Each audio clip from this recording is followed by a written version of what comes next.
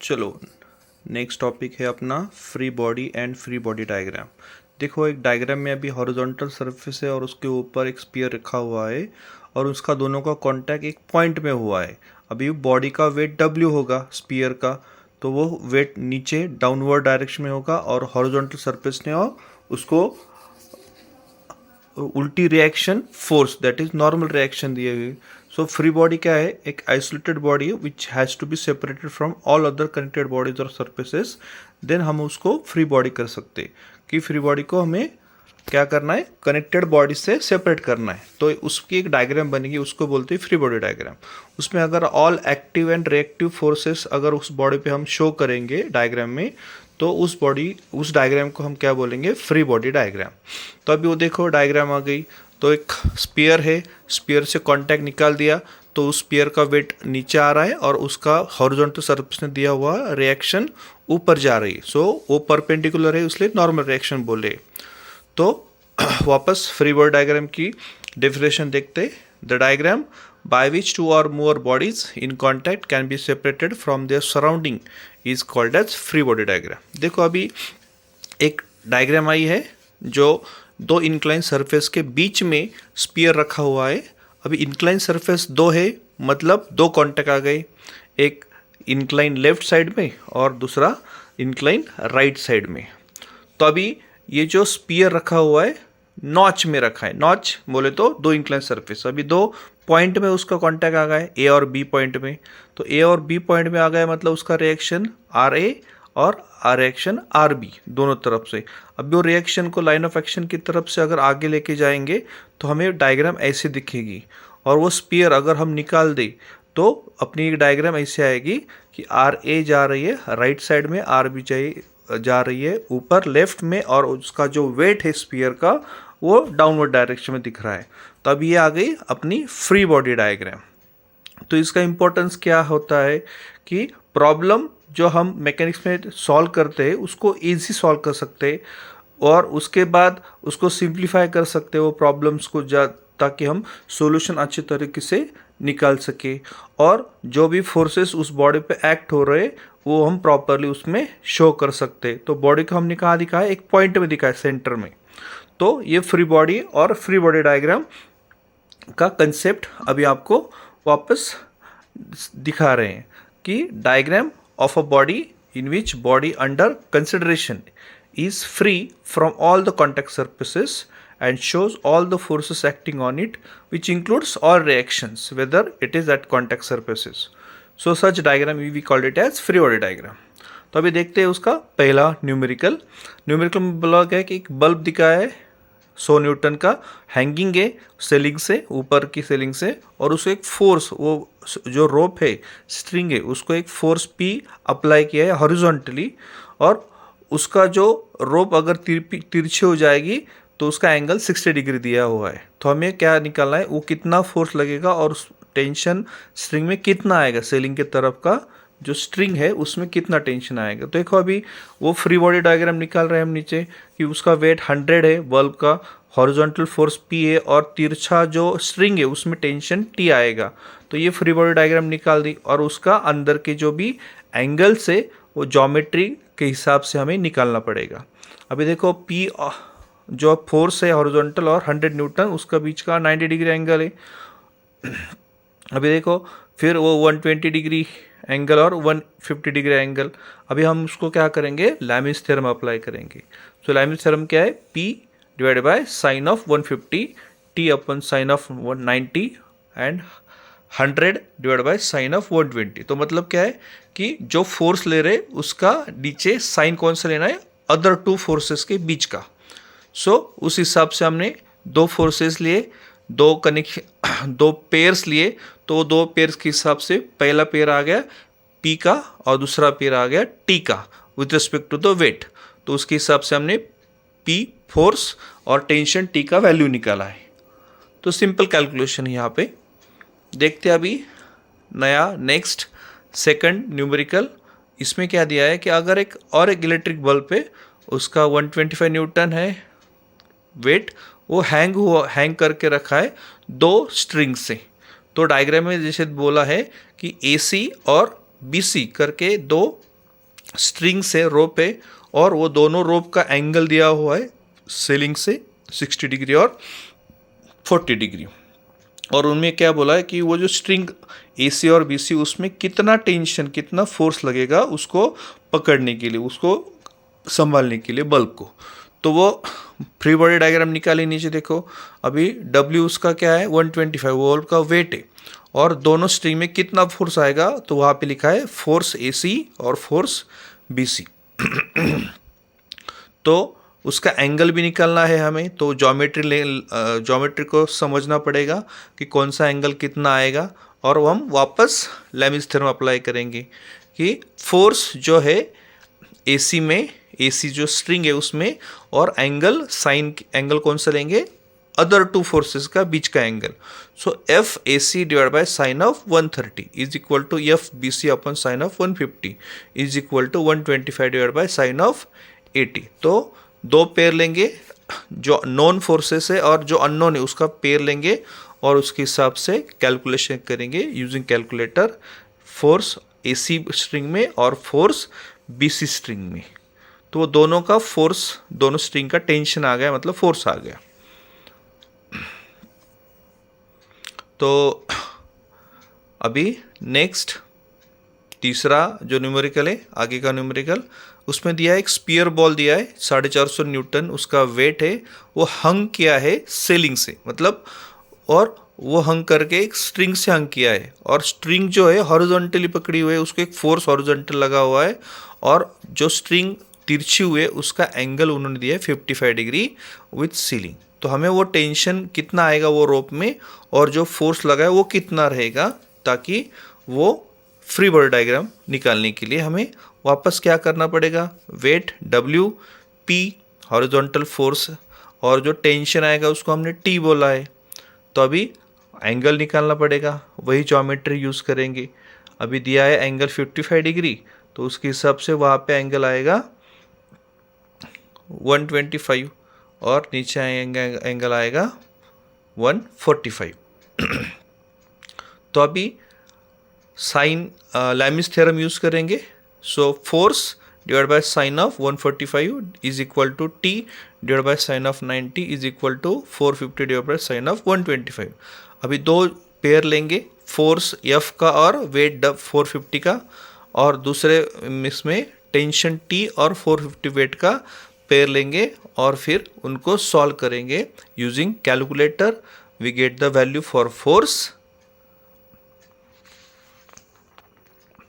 और similarly for other pair tension in the string, so T का value मिल जाएगा हमें। तो ये कैलकुलेटर से करना है आप सबको। तो चलो आगे का प्रॉब्लम देखते हैं, न्यूमेरिकल नंबर 4। उसमें भी एक स्पीयर दिया हुआ है, 300 mm का रेडियस दिया है। अभी रेडियस की कुछ ज़रूरत नहीं है, तो 1000 न्यूटन उसका वेट है वो स्पीयर का, और उसको एक वर्टिकल वॉल और इंक्लाइन प्लेन के बीच में रखा है, मतलब ये नॉच का प्रॉब्लम है। तो यहाँ पे क्या करना है, कैलकुलेशन करना है कि we have to calculate the reaction which is given by the wall and the plane. तो वहाँ पे रिएक्शन दिया है, देखो अभी A पॉइंट और B पॉइंट में तिरछा रिएक्शन आएगा RA एंड RB। सो उसका फ्री बॉडी डायग्राम निकाल रहे नीचे। तो नीचे क्या है, वेट 1000 है, रिएक्शन RA और रिएक्शन RB, उनका जो एंगल है ज्योमेट्री से निकालना है 90 डिग्री, 160 डिग्री और 110। तो यहाँ पे हम वापस लेमिस थ्योरम अप्लाई करेंगे। RA upon sine 160 is equal to RB upon sine 90 is equal to 1000 upon sine of 110। तो वापस हम पेयर लेंगे जो अननोन फोर्स है उसका और जो नोन है उसका। तो उसके हिसाब से RA का मतलब रिएक्शन एट A पॉइंट निकलेगा, और दूसरे से रिएक्शन एट B पॉइंट निकलेगा। तो अभी यहाँ पे आंसर आपके सामने है, reaction at point A and reaction at point B। तो ये आपको ऐसे कैलकुलेशन करके सॉल्व करना है प्रॉब्लम को। अभी सिमिलर प्रॉब्लम में, बट यहाँ पे थोड़ा सा अलग एंगल वगैरह दिया है, तो ओके सॉरी, ये वही प्रॉब्लम है। तो यही प्रॉब्लम हम वापस दूसरी तरीके से कैसे सॉल्व कर सकते हैं, ये मेथड दिया हुआ है। तो अभी वो वापस रिएक्शन RA, रिएक्शन RB, उसका एंगल वो सब जैसे निकाला था वैसे, बट यहाँ पे मेथड अलग दी हुई है। मेथड कौन सी अलग है? देखो कि जो वर्टिकल वॉल है उसने हॉरिजॉन्टल से कितना एंगल किया है, 90 डिग्री एंगल किया है, और जो तिरछी वॉल है उसने किया है 20 डिग्री एंगल। तो प्रॉब्लम में कैसा लिखना है? So R A upon sine angle कौन सा लिखना है? दूसरी प्लेन का एंगल 20 डिग्री, और रिएक्शन आर बी का एंगल कौन सा लेना है? लेफ्ट साइड वाला वर्टिकल वॉल है उसका एंगल 90 डिग्री लेना है। और जो तीसरा है वेट, 1000 वेट है, और यहाँ पे साइन कितना लेना है? ये दोनों का एडिशन लिखना है 20 प्लस 90 का। तो बस उसी तरीके से सॉल्व करना है, पेयर लेना है दोनों, एक नॉन फोर्सेस का एक अननोन फोर्सेस का। तो उसके हिसाब से भी जो हम आंसर निकालेंगे आर ए और आर बी का, तो वही आंसर आएगा जो लास्ट स्लाइड में आया था, यही आंसर से आप वापस देख सकते हैं। अभी चलो नेक्स्ट कि 500 न्यूटन का एक स्पीयर दिया हुआ है स्मूथ चैनल पे, उसको शो किया है फिगर में, और वहाँ पे बोला है कि रिएक्शन कितने आएंगे वो चैनल सरफेस से। तो लेट से आर ए पॉइंट का सरफेस का रिएक्शन आर ए होगा, बी पॉइंट का जो राइट साइड का सरफेस है उसका रिएक्शन आर बी आएगा। तो वो कैसे आएगा? परपेंडिकुलर टू द प्लेन आएगा। सो प्लेन को परपेंडिकुलर ही रिएक्शन आते। तो वापस हम लेमिस थ्योरम अप्लाई करेंगे। तो यहाँ पे देखो एक जो एंगल है लेफ्ट साइड वाला वो दिया है 60 डिग्री, और राइट साइड वाला एंगल दिया है 70 डिग्री। तो वही एंगल हमने यहाँ पे लेमिस थ्योरम में यूज़ किए, और उसी तरीके से हम प्रॉब्लम को लेमिस थ्योरम के हिसाब से सॉल्व करने वाले हैं।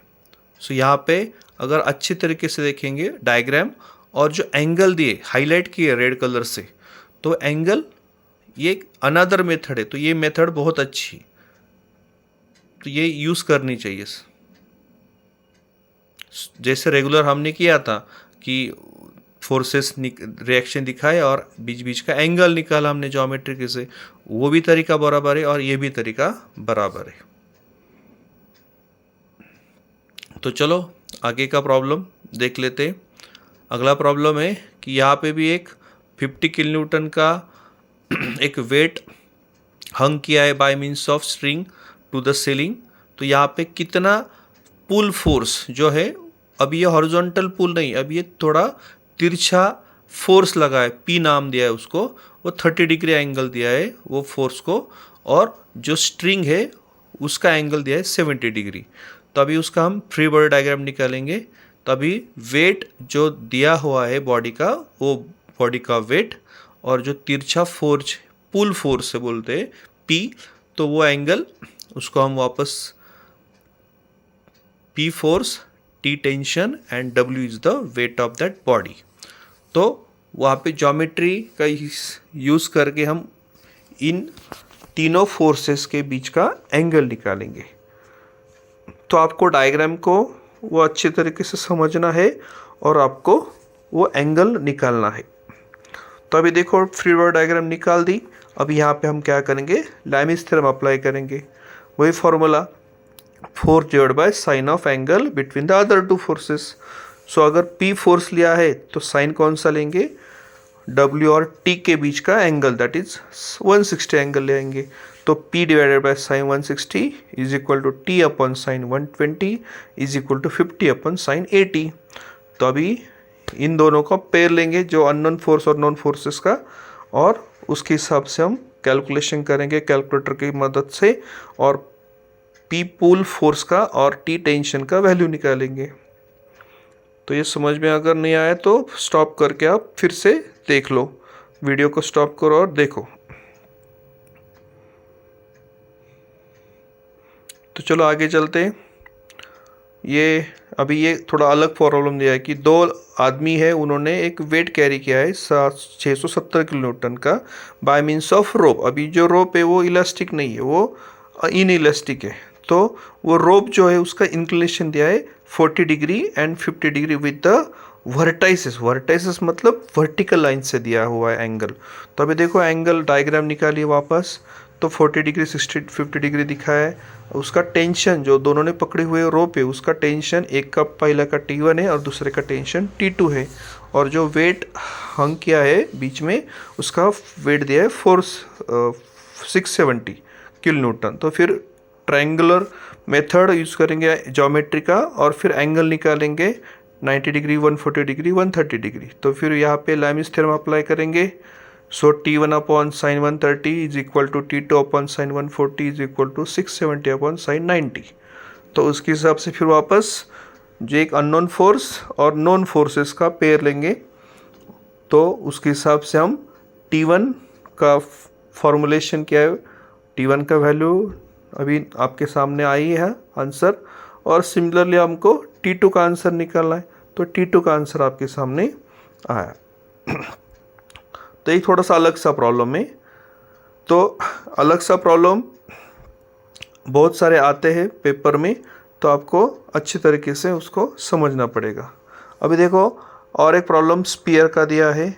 400 न्यूटन का वेट एक ग्रू में रखा हुआ है, स्मूथ ग्रू है, मतलब दो इंक्लाइन सरफेस है, एक का एंगल दिया है 50 डिग्री, दूसरे का एंगल दिया है 35 डिग्री, और उसके बीच में एक स्पीयर रखा हुआ है। अभी देखो स्पीयर ए और बी पॉइंट में उसका कांटेक्ट रहेगा, तो दोनों का रिएक्शन आएगा आर ए और आर बी, और वेट जो है 400 न्यूटन वो परपेंडिकुलर हॉरिजॉन्टल लाइन को होगा, मतलब सीधा नीचे आएगा वेट। तो उसके हिसाब से हमें क्या करना है, फ्री बॉडी डायग्राम निकालनी। तो देखो अभी आर ए क्या है, reaction offered by the point A, and R B is the reaction offered by the point B. So देखो अभी फ्री डायग्राम नीचे आ रही है, और उसके हिसाब से हमें एंगल भी देना है। अभी ये एंगल ज्योमेट्री से निकलना है, पर हम क्या कर सकते हैं, वो हमने नई मेथड ढूंढी थी वो, तो उस मेथड से भी कर सकते हैं कि उनका जो इंक्लिनेशन एंगल दिया है प्लेन का 35 डिग्री और 50 डिग्री, उसका अगर हम इस्तेमाल करेंगे तो आर ए और आर बी की वैल्यू भी हम निकाल सकते हैं। जो रेड कलर में दिया है उससे वो भी फॉर्मूलेशन है। तो अभी देखो आर ए का फॉर्मूलेशन करके वैल्यू आ गई, और सिमिलरली हमें आर बी जो है, so reaction at point B, उसका भी वैल्यू निकाल सकते हैं यूजिंग कैलकुलेटर। तो ये ऐसे प्रॉब्लम्स को सॉल्व करना है सिंपल प्रॉब्लम से। अभी आगे का प्रॉब्लम क्या है, एक हाँ ये तो बड़ा प्रॉब्लम है कि ए बी सी डी करके एक लाइट स्ट्रिंग है जो डायग्राम में दिखाई, उसमें क्या बोला है कि ए जो पॉइंट है वो एक्सट्रीमली फिक्स किया हुआ है, और बीच बीच में बी और सी पॉइंट में एक W1 W2 कर का एक फोर्सेस वेट उनको अटैच किया है, और जो लास्ट एंड है वो लास्ट एंड को भी एक वेट ट्रायंगल करके जो दिखा रहा है वो वेट है। वो वेट उन्होंने वैल्यू दी हुई है उसकी, वो वैल्यू है 300 न्यूटन। वो फ्री एंड है, और वो फ्री एंड पुली से उन्होंने क्या किया, पुली से वो नीचे सस्पेंड किया है, मतलब फ्री छोड़ा है उसको। तो अभी देखो वहाँ पे एंगल दिखा है, तो एंगल कैसे दिखा है, तो वहाँ पे ऑलरेडी एंगल दिए हुए, तो उसके हिसाब से एंगल निकाले। तो अभी फ्री बॉडी डायग्राम निकालनी, कहाँ पे निकाले हमने, सी पॉइंट पे निकाली। तो सी पॉइंट पे क्या निकाल रहा है कि पुली की तरफ जाने वाला जो वेट है उसका 300 न्यूटन है, और बी सी पॉइंट पे जो W2 फोर्स वो नीचे आएगा, और जो टेंशन है सी बी या बी सी लाइन में उसका टेंशन दिया है, और फिर वहाँ पे ज्योमेट्री का कैलकुलेशन करके एंगल निकालेंगे और लैमिस थ्योरम अप्लाई करेंगे। सो लैमिस थ्योरम के हिसाब से हमें tension in B C string में निकल आया, और जो W वेट था जो सी पॉइंट पे लगाया हुआ है W2, तो हम W2 का वैल्यू निकाल सकते हैं लैमिस थ्योरम से। अभी सिमिलरली क्या किया कि अभी जैसे सी पॉइंट पे हमने फ्री बॉडी डायग्राम निकाली, वैसे हमें बी पॉइंट पे फ्री बॉडी डायग्राम निकालनी। तो अब देखो बी पॉइंट ने मैंने दिखाया वहाँ पे वेट W1 लगा है। अभी जो हमने जो बी सी स्ट्रिंग में कितना टेंशन आया था पिछली स्लाइड में, वही लिया हमने यहाँ पे, और ए बी स्ट्रिंग में टेंशन कितना आएगा ये हमें ढूंढना है।